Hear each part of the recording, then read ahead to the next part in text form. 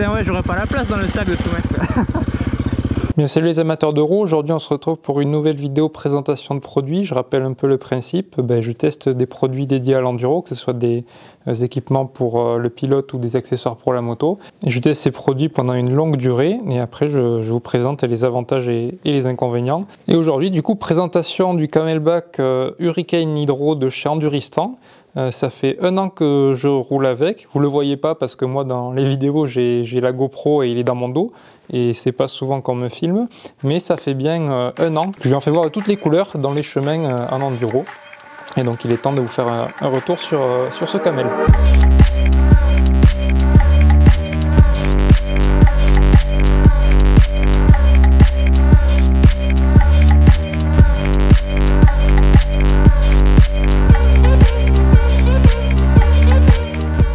Sûrement dans le titre de la vidéo, j'aurais mis un titre un petit peu aguicheur du style Camelback à 20 € vs 100 €. Tout simplement parce qu'avant j'avais un Camelback classique, l'entrée de gamme, par exemple celui-là c'est de chez Schott, et au final assez rapidement toutes les fermetures ont pété et aussi le système d'attache pour le système de maintien est pas top puisque c'est un maintien au niveau des épaules, donc comme un sac à dos classique. C'est typiquement le type de Camelback qu'on retrouve en entrée de gamme. Et vu qu'il m'a pas tenu très longtemps, et bien au moment de changer, je suis parti, j'ai voulu essayer un camel, on va dire haut de gamme, parce que celui-là se classe clairement dans cette catégorie au vu de son prix. Et je suis parti sur le modèle Enduristan. Pourquoi? Sur la marque Enduristan, pourquoi? Tout simplement parce que j'avais déjà eu l'occasion de tester leur sacoche de garde-boue. J'avais fait une vidéo dessus où je présentais les outils que je prenais avec moi en moto. Il y avait la sacoche de garde-boue et en plus entre-temps j'ai eu l'organiseur qui est vraiment plutôt pas mal, qui vous permet voilà de... Parce qu'autant dans la sacoche de garde-boue il y a tout qui est en vrac, mais avec cette poche c'est vraiment pas mal, ça vous permet de ranger les outils bien comme il faut. Et donc voilà, en ayant ces 2 produits, j'ai quand même fait le constat, qui était assez indéniable, que c'est quand même pas de la qualité. Enduristan, c'est bien foutu. Donc je me suis dit, quitte à choisir un camel haut de gamme, et autant en prendre chez Enduristan, vu qu'il venait tout juste de le sortir, si je dis pas de bêtises, il y a 1 an. Donc j'ai voulu tester ça. Enduristan, même si Enduristan à la base c'est plus destiné aux trailistes. En gros, Enduristan c'est plus destiné à la base à ceux qui ont peur de faire du vrai enduro et qui préfèrent profiter de leur retraite avec une BMW 1200 GS. Je plaisante évidemment. Du coup, sans plus tarder, la présentation de ce camel. Alors vous m'excuserez si c'est un peu le bordel sur la servante, mais il y a pas mal de vis qui traînent parce que j'ai une gaz-gaz. On va pas se mentir, les camels c'est pas les objets les plus fun à tester ou à présenter parce que au final il n'y a pas grand chose à dire dessus, mais on va quand même faire le tour des fonctionnalités de celui-ci. Donc comme je disais, quand j'ai voulu changer de camel, j'ai voulu tester le serrage au niveau de la poitrine. Si je dis pas de bêtises, c'est une autre marque de camel assez connue, USWE, qui avait un peu lancé la mode il y a quelques années avec ces camels qui tiennent uniquement au niveau de la poitrine. Enduristan, ils ont repris un peu le principe et c'est pas plus mal parce que niveau confort, c'est vraiment bien. On n'a plus du tout de douleur à l'épaule vu que le poids du camel ne repose pas sur les épaules, mais au niveau de la poitrine. Je fais un peu la présentation en vrac, il n'y a pas de script, je vais pas faire dans un premier temps les avantages et dans un second temps les inconvénients. Je vous dis un peu les choses quand je les vois. Du coup, tant qu'on est sur ce système d'accroche au niveau de la poitrine, alors ça se verrouille avec un système de clips, je sais pas comment ça s'appelle, mais c'est connu sur tous les sacs à dos. Il y a ça, j'ai un trou de mémoire.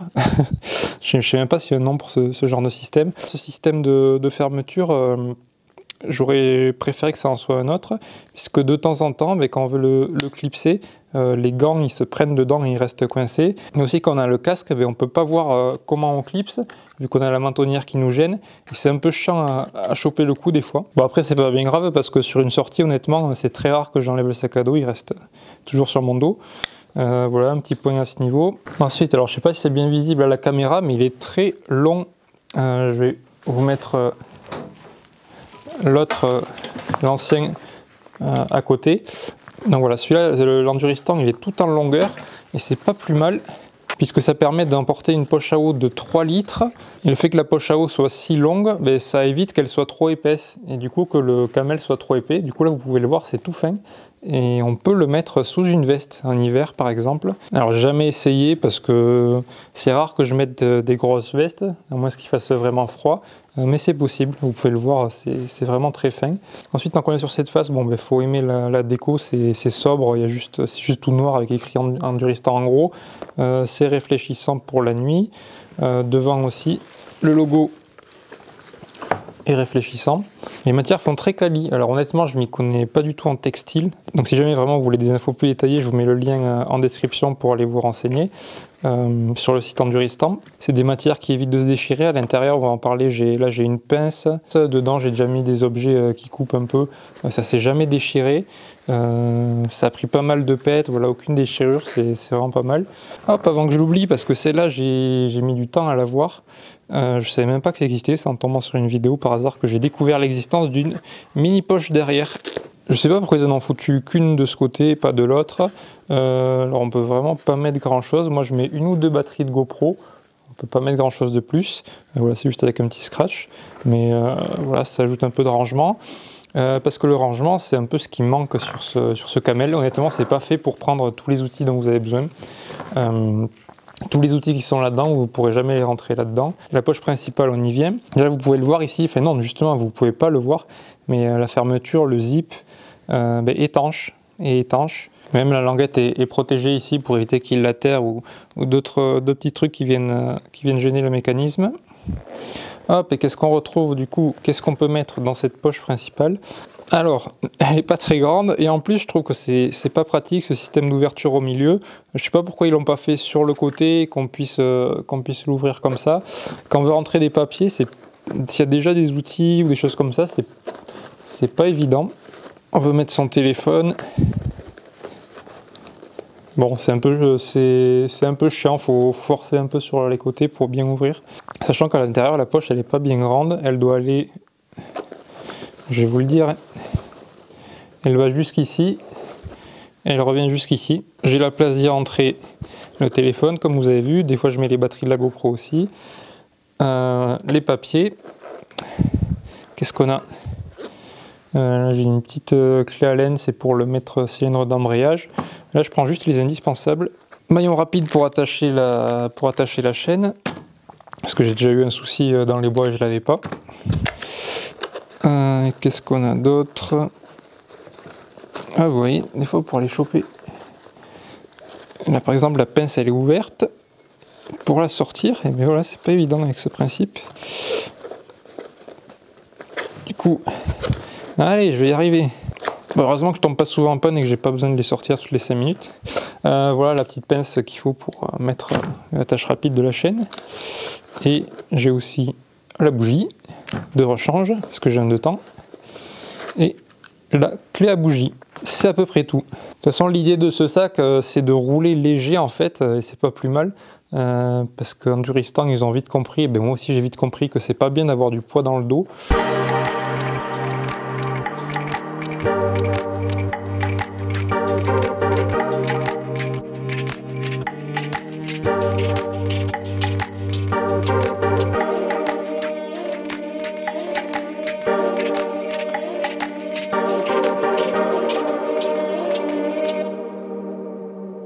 Du coup, en parlant de la poche à eau, on va voir à quoi elle ressemble. À savoir aussi que si vous achetez le camel de chez Enduristan, la poche à eau n'est pas fournie.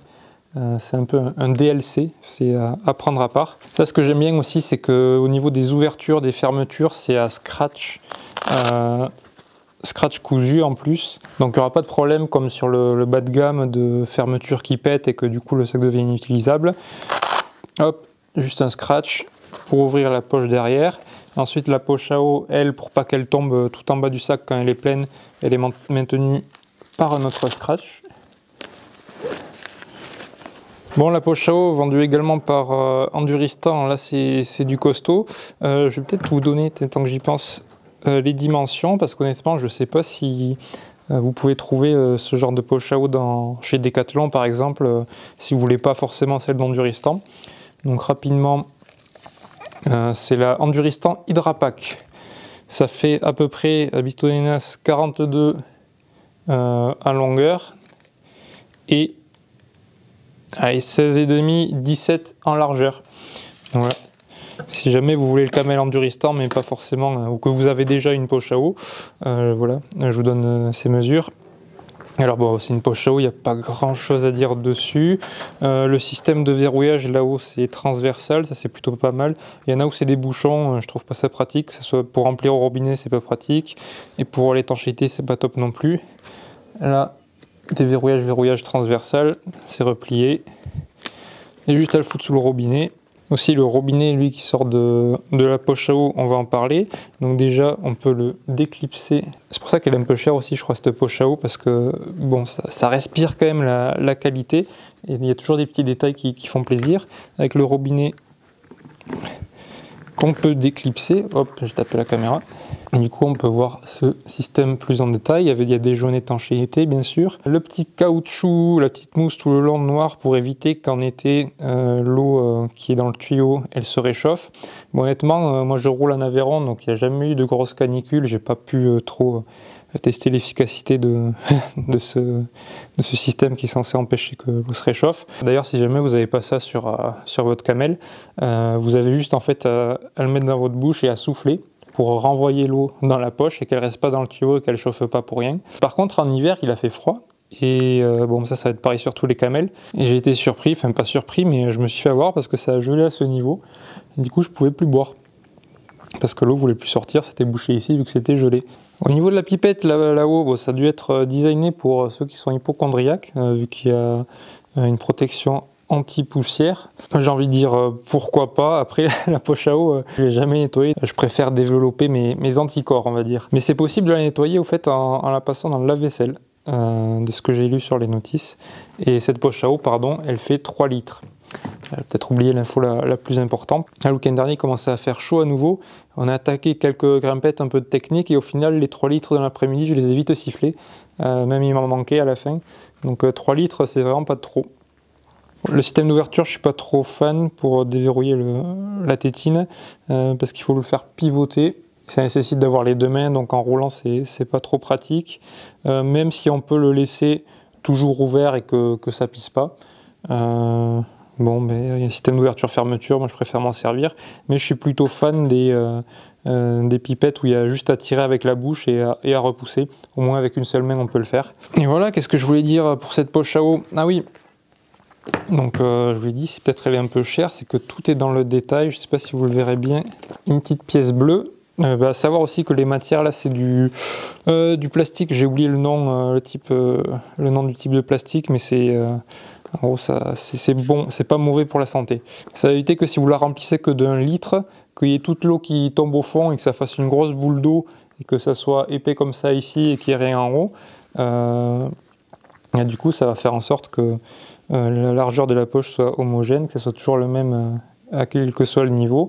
Et du coup vous avez une poche qui est pas trop épaisse, puisque c'est plutôt pratique, on dirait que ça a été pensé pour, c'est dingue, puisqu'au final le camel est pas épais du tout et peut se glisser sous la veste. Depuis tout à l'heure je vous parle de la poche à eau là, mais qu'est-ce que j'ai mis dedans? Je n'y mets pas que de l'eau. Et oui, pour que je roule à un tel niveau, vous vous dites, il y a là bien un secret. Et oui, je mets du Perform. Perform, c'est quoi? C'est les copains qui font ça, c'est de la phycocyanine, un extrait de spiruline. Bon, mais vous vous renseignez pour savoir exactement ce que c'est. Mais en gros, ça permet d'améliorer l'endurance, de mieux récupérer. Et disons qu'en enduro, c'est un peu ce qu'on cherche. Et c'est plutôt pas mal.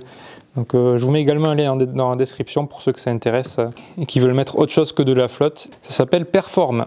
Aussi, chose que j'aime bien, qui est plutôt pas mal, c'est pour le passage du tuyau. Il n'y a rien de plus simple en gros. Vous faites passer soit à gauche, soit à droite. Bon, moi je l'avais fait à gauche. Vous avez juste à refermer l'autre scratch. Et ici, vous venez le clipser. Pof! Rien de plus compliqué. Tandis que sur l'ancien, le bas de gamme que j'avais, la poche à eau, bon, déjà les fermetures elles sont pétées, du coup là ça tient plus. Il faut déjà la faire passer. Il fallait déjà la faire passer dans un trou ici. Après la refaire passer dans une autre fixation ici. Enfin c'est un peu chiant. Là, il n'y a pas plus simple, le petit clip, vous pouvez, c'est scratchable, descratchable, vous pouvez le mettre soit à gauche, soit à droite. Donc voilà, je pense qu'on a dit pas mal de choses dessus. Peut-être au niveau des réglages pour l'ajuster, le camel. Donc vous avez des sangles et aussi encore un système de scratch par ici. Alors, j'ai jamais trop compris comment ça marchait. Ça vient s'enfoncer là-dedans pour que votre camel il soit plus ou moins haut ou bas dans votre dos. C'est un peu chiant à régler, je trouve, mais bon, une fois qu'on l'a réglé une fois, c'est bon, il n'y a plus besoin d'en changer.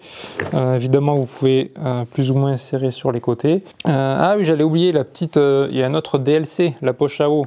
C'est un DLC, c'est une option, c'est à prendre à part. Il y a aussi la petite poche pour mettre une pâte de fruits ou comment on appelle ça, un gel booster. Alors moi j'ai pris ça. Si vous en avez à me conseiller, j'ai pris le Apurna Gel Énergie parce qu'ils étaient en promo, parce que la date de péremption n'allait pas tarder. D'ailleurs celui-là je crois qu'il est périmé depuis un moment maintenant. Donc il va falloir que je mange assez rapidement. Donc autant Perform, ce que je mets dans l'eau, dans la flotte, c'est pour l'endurance, la récupération. Autant ces petits gels là, franchement c'est pas mal efficace. Alors je sais pas si c'est juste dans la tête ou si vraiment ça apporte tout ce qu'il faut, mais c'est plus pour donner un coup de boost et ça vous redonne un petit coup d'énergie là pour passer, je sais pas, pour faire une spéciale ou alors pour pousser la moto dans les grimpettes. Donc vous pouvez le mettre dans cette petite poche de Chanduristan. Vous pouvez pas mettre d'outils là-dedans parce que c'est juste fermé via ce scratch et il y a des ouvertures sur le côté, donc si jamais vous mettez des petites vis, des choses comme ça risque de se barrer. Alors pour le fixer, c'est pareil, toujours le système de scratch qui sont cousus, qui tiennent bien, pas de souci. Normalement, vous êtes censé le mettre sur les bretelles de votre camel, sur le côté. Moi, vu que pendant un moment, j'avais la GoPro sur le côté du casque, déjà que j'avais du mal à tourner la tête, c'était quoi, côté droit. Je voulais pas en plus avoir un second truc qui me gênait. Du coup, ces petites poches pour les barres à fruits, vous l'aurez sûrement vu dans les vidéos. Je l'ai mise pendant un moment sur un protège-main, puisqu'avec le système de scratch, ça arrivait à passer autour. Et ça faisait un peu style Jarvis ou les pro-pilotes, des fois sur la Romagnac ou sur les courses extrêmes enduro qui durent longtemps. On les voit, ils ont des petites barres accrochées autour du guidon. Ah, ça fait genre, ça fait un peu style pro-pilote, mais c'est surtout qu'au moins c'est facile d'accès. Il y a juste après à descratcher, à ouvrir. Et on peut boire son gel rapidement. Et plus récemment aussi, vu que j'ai pété le protège-main et que j'ai dû en changer, je le mets autour de la mousse de guidon grâce à une petite sangle. J'ai aussi la télécommande de la GoPro qui est accrochée dessus. Ça, je crois que vous ne l'avez pas vu encore en vidéo, ça sera dans les prochaines vidéos. Mais vous étonnez pas si vous voyez la petite poche Chanduristan en plein milieu du guidon. Voilà, je pense que c'est tout pour cette vidéo présentation de ce sac d'hydratation de chez Chanduristan, le Hurricane Hydro. Bon, c'est pas la vidéo la plus rigolote à faire, ni la plus fun à regarder, je me doute, mais c'est vraiment pour ceux qui cherchent des infos sur ce camel, qui hésiteraient peut-être à le prendre. Pour ceux qui cherchent des camels peut-être un peu plus haut de gamme et qui vont leur tenir longtemps. Donc voilà, encore une fois, pour un test de produit de Chanduristan, ça coûte cher, mais on a la qualité qui va avec. Sur ce, je vous laisse, je vous dis à bientôt pour de nouvelles vidéos, toujours avec le camel de Chanduristan. Attendant, je vous dis à la prochaine et bon ride.